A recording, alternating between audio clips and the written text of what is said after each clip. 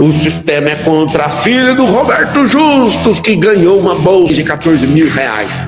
Aí o professor, com a sua insanidade declarada, fala: tem que ir pra guilhotina. Uma psicóloga maluca, comunista, fala o quê? Tem que ir no triturador de carne. Agora tem que ficar todo mundo gravando vídeos explicando o que não exige. Por quê? Porque o sistema que eles estão usando nas faculdades federais com o nosso dinheiro é idiotizar você, seu filho e seu neto. Eles são enganadores de pessoas. Eu vim da escola pública, me ensinaram a idolatrar o Karl Marx. Sabe quem é Karl Marx? Um cara que desonra pai, é contra Deus, um gigolô, e nem a obra que todo mundo fica impressionado, nem ela ele escreveu. Pensa num cara com bloqueio de paternidade exaltado por um monte de gente fubazenta que não passa desodorante debaixo do braço. Um bando de gigolô do Estado. Um bando de gente que fica triturando o cérebro de várias crianças que poderiam ser gênios. Nossas academias no Brasil hoje não faz um gênio. Eu não conheço um gênio que a gente ganhou com o dinheiro público. Nós não formamos um gênio. Na China descobriram como é que faz para criar gênio. Tem 300 milhões de gênios, mais 100 milhões a mais do que o nosso povo inteiro. Por quê? Porque esse povo falou: larga essa luta de classe para lá. É proibido. Tem negócio na China e tô te falando. É proibido. Lá é um país com dois sistemas e o que eles não querem de jeito nenhum é esse negócio de luta de classe. Nos Estados Unidos você compra um carro massa, as pessoas ficam assim: good job, nice car, good job, nice car, good job, nice car. Aí você fala: mano, o que eu fiz pra merecer isso? No Brasil, ladrão, traficante, TQ, PCC, PPP, PPP, a pessoa te mata com o dedo. Por quê? Porque é um sistema. Eu te pergunto: quem que faz isso por maldade? Ninguém.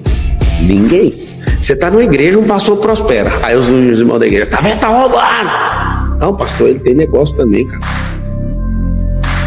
O pastor escreve livro, o pastor faz isso, o pastor não tem um cursinho dele online lá, faz um negocinho dele lá. Ao invés de todo mundo contemplar e bater palma, ó, só o pastor prosperando. É engraçado, olha o tanto que o sistema é vagabundo. Se o pastor prospera, tá roubando os irmãos. Se ele não prospera, o evangelho dele não funciona. Vocês têm que escolher, mano. Olá, pessoal. O que vocês vão ver agora é muito raro, porque nós nunca respondemos a críticas, a opinião das pessoas. A gente respeita demais a opinião das pessoas. Também a gente não gosta muito de se envolver em polêmica, em estar em notícias ruins. É uma coisa que não faz parte do nosso estilo, da nossa família. Mas tem coisas que elas vão além do aceitável, né? E o que aconteceu ontem, um professor de uma universidade federal... Algumas pessoas, entre eles um professor... mas começou com um professor e depois comentários de uma psicóloga e outras pessoas condenando uma foto que nós publicamos da nossa família.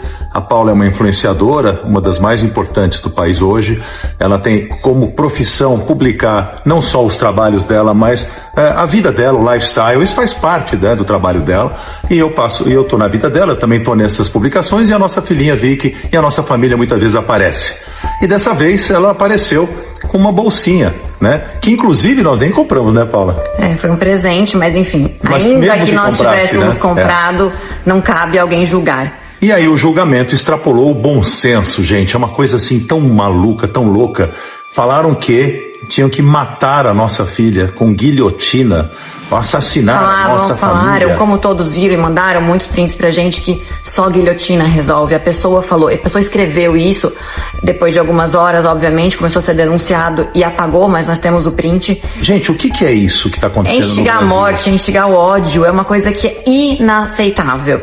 Tem coisas que é por isso que a gente tá se falando, porque assim, é inaceitável. E se a gente começa a assinar embaixo de que a internet é a terra de ninguém, que todo mundo pode falar o que quiser, escrever o que quiser, não é assim que funciona, né? Quando a crítica é boba, hoje vocês não tão bonitos, ou eu não gosto da roupa. Gente, tá natural, tudo bem, normal. Cada um tem sua opinião. Agora, você instigar a morte, a violência, o ódio... Não, e por um motivo tão fútil, tão bobo.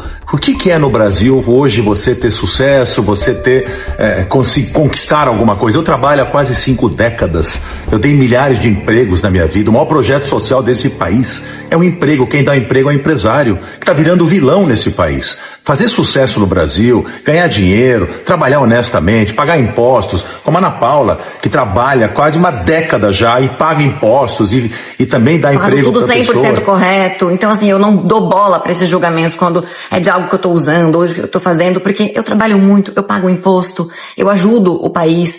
Então, por que me importar? Eu não me importo, eu faço tudo certo. Mas o ódio e essa coisa, o que ele fez. E assim, sabe o que mais? Fiquei muito chocada, e eu falei isso, é vindo de quem? De um professor, de alguém que é corresponsável pelo futuro do nosso país. Uma pessoa dessa escreveu um negócio desse. Uma pessoa então, assim, incitando a violência, aceitar. Um professor universitário que devia dar exemplo para os jovens, que devia ensinar os jovens. Ele joga um tema de uma forma tão desproporcional, tão inaceitável, cometendo tão um crime, ridícula. Porque é um crime. E é o seguinte, essa luta de classes, né, em que o Brasil está se transformando, toda a sociedade tem a classe alta, a classe média, a classe baixa, todo mundo torce demais, né, e nós empresários fazemos o possível para gerar oportunidades para que esse desequilíbrio social se resolva. Agora, não é nossa culpa, se a gente vai atrás, a gente luta, que a gente consegue as coisas, não tem que gerar esse tipo de reação tão desproporcional, tão descabida. E olha, pode ter certeza, a gente nunca ligou para críticas, até porque elas são muito poucas, graças a Deus, que a gente faz as coisas direito. A gente tem um carinho muito grande, é por isso que a gente tanto compartilha a nossa vida. Mas dessa vez, nós vamos atrás dos nossos direitos, até para dar um exemplo. Então eu já acionei todo o corpo jurídico, não vou aceitar ameaça à minha família, como pai de família, ela, Maula, como mãe de família, não vamos aceitar uma ameaça que a gente sabe que é ridícula, que não tem o menor cabimento, mas que gerou uma onda de repercussão negativa para essas pessoas, para a pessoa que postou, para a pessoa que comentou, para essa psicóloga que também comentou. Eu tenho muita pena dessa gente, de ter um amargor deste tamanho no coração, de ter uma maldade tão grande, de ser tão infeliz a ponto de querer o mal das outras pessoas por um motivo fútil e ridículo como esse. Nós vamos tomar as providências e gostaríamos, e viemos aqui hoje, porque todo mundo está nos procurando e a gente fez questão de esclarecer para todos vocês. E recebemos do Brasil inteiro prints e tudo que vocês imaginam, muita solidariedade. No início a gente pensou em, será que a gente se expõe? Mas tomou uma proporção tão grande que eu acho que é necessário por muitas vezes. E é isso. Vamos usar as pessoas do bem e as pessoas que realizam como referência. Eu sempre usei isso na minha vida, como inspiração. Vamos tentar tirar as pessoas que têm problemas, necessidades da situação em que estão, mas não é querendo que o outro não tenha que você vai ter. Você tem todo o direito de querer ter, mas não queira que o outro não tenha, principalmente quando ele ganhou isso honestamente, com o esforço do seu trabalho, da sua vida inteira dedicada a fazer alguma coisa bacana acontecer. Obrigado a todos por nos ouvirem. Muito obrigado, gente. Boa noite a todos, meu nome é Aline Alves de Lima, tenho 35 anos e sou psicóloga. Eu venho através desse vídeo me pronunciar e esclarecer sobre o comentário que eu fiz na postagem do colega, também psicólogo, Guilherme, onde ele publicou uma foto da família Justus e trouxe a abordagem dos bolcheviques. Os bolcheviques foram um movimento de classes na Rússia em 1917 contra a desigualdade social. Então, classe trabalhadora e classe opressora. A frase do colega foi: os bolcheviques estavam certos. E o meu comentário foi em cima da afirmação dele acerca da diferença de classes. Então eu disse, tem que MTR mesmo, PQP. Eu reconheço, gente, que foi um comentário infeliz porque eu não expliquei o contexto ao qual eu me referia e que eu usei a sigla de uma forma metafórica. Eu trabalho, gente, com saúde mental, né? Então eu tenho responsabilidade afetiva e eu jamais atacaria uma criança ou quem quer que seja. Meu intuito ali era falar contra a desigualdade social, o classismo, a desigualdade de classes. E nisso que reside o meu erro, de eu não ter explicado. Inclusive, eu sempre digo para os meus pacientes que o óbvio precisa ser dito, mas ali, naquele caso, eu mesma não fiz. Então, por isso mesmo, eu quero pedir desculpas a todos os membros da família Justus. Não foi um ataque ou uma ameaça a uma criança, muito menos a nenhum membro da família. Foi um protesto contra a diferença de classes. Não foi um protesto pessoal sobre a família Justus. Foi um protesto coletivo contra a aristocracia brasileira, principalmente nesse momento onde nós estamos debatendo a taxação das grandes fortunas. É preciso acabar com esse abismo classista e histórico, onde eu, por exemplo, que sou uma mulher negra de 35 anos, e sim, eu sou formada, eu atuo na minha área, vocês podem dizer que eu até tenho alguns privilégios, mas ainda assim, gente, praticamente eu vendo almoço para comer a janta, assim como muitos outros brasileiros, ao passo que uma criança usa uma bolsa de uma criança de 5 anos, né, usa uma bolsa de 14 mil reais.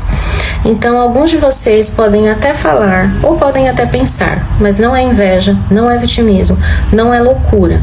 É a realidade em que nós vivemos e que protestar ainda é um ato de liberdade, não é considerado crime.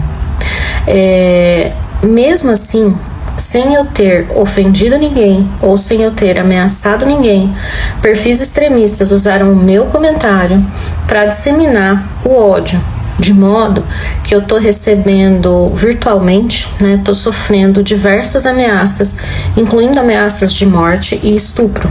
Então eu estou passando por um verdadeiro linchamento virtual desde sábado à tarde. E eu temo, claro, pela minha própria vida. Eu tive dados expostos na internet e eu vou deixar aqui nesse post algumas dessas ameaças que eu recebi. Eu não sei colocar bonitinho aqui no vídeo, mas eu vou deixar do lado.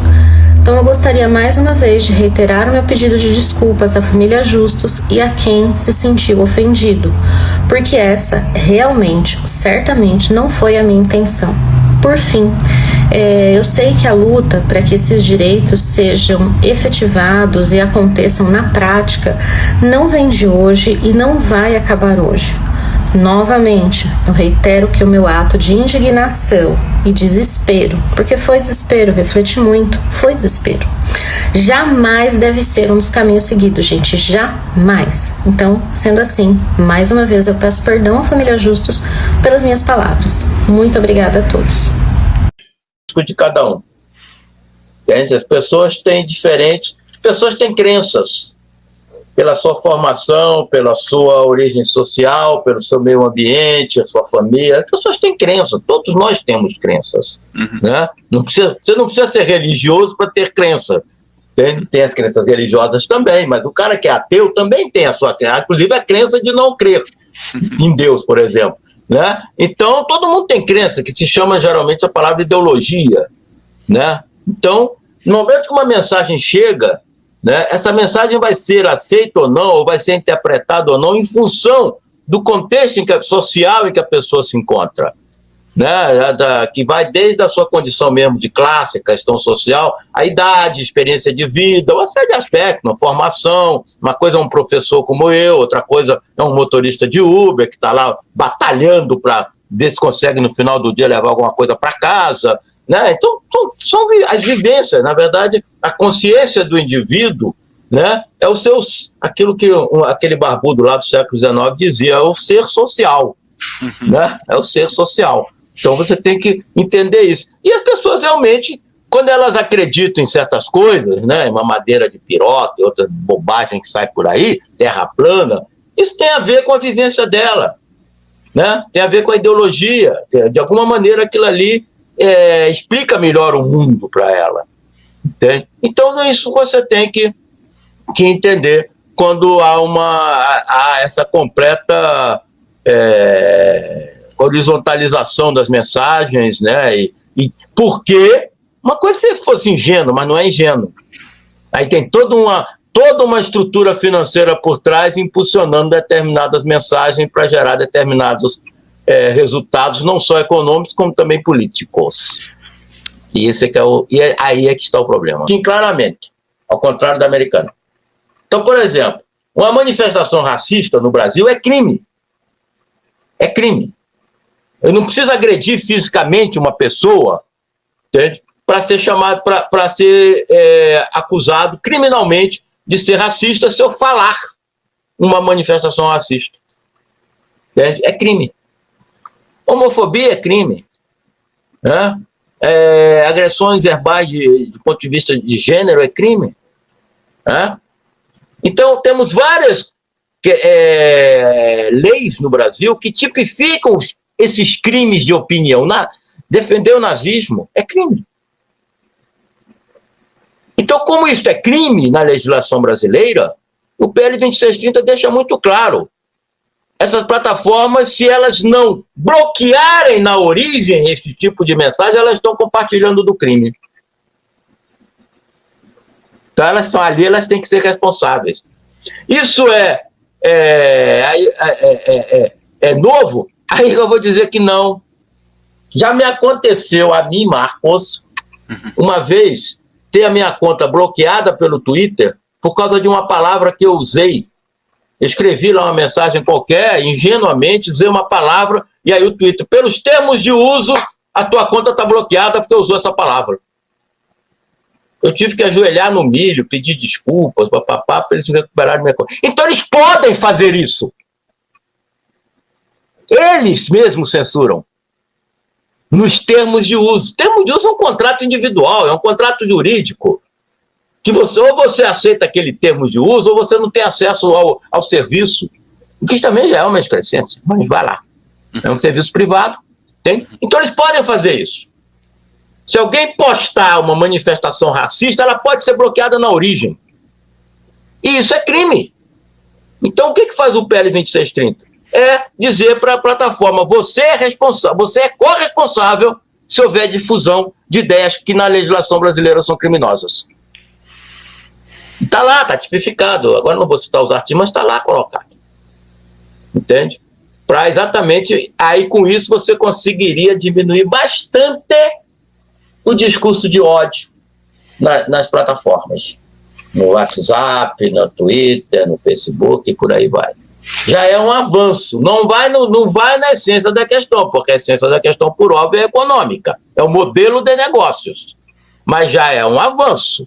Você, pelo menos, reduzir, filtrar, criar certas dificuldades para disseminação, no mínimo, de mentiras, de discurso de ódio, discriminação, esse tipo de coisa. Tirar as pessoas que têm problemas, necessidades da situação em que estão, mas não é querendo que o outro não tenha que você vai ter. Você tem todo o direito de querer ter, mas não queira que o outro não tenha, principalmente quando ele ganhou isso honestamente, com o esforço do seu trabalho, da sua vida inteira dedicada a fazer alguma coisa bacana acontecer. Obrigado a todos por nos ouvirem.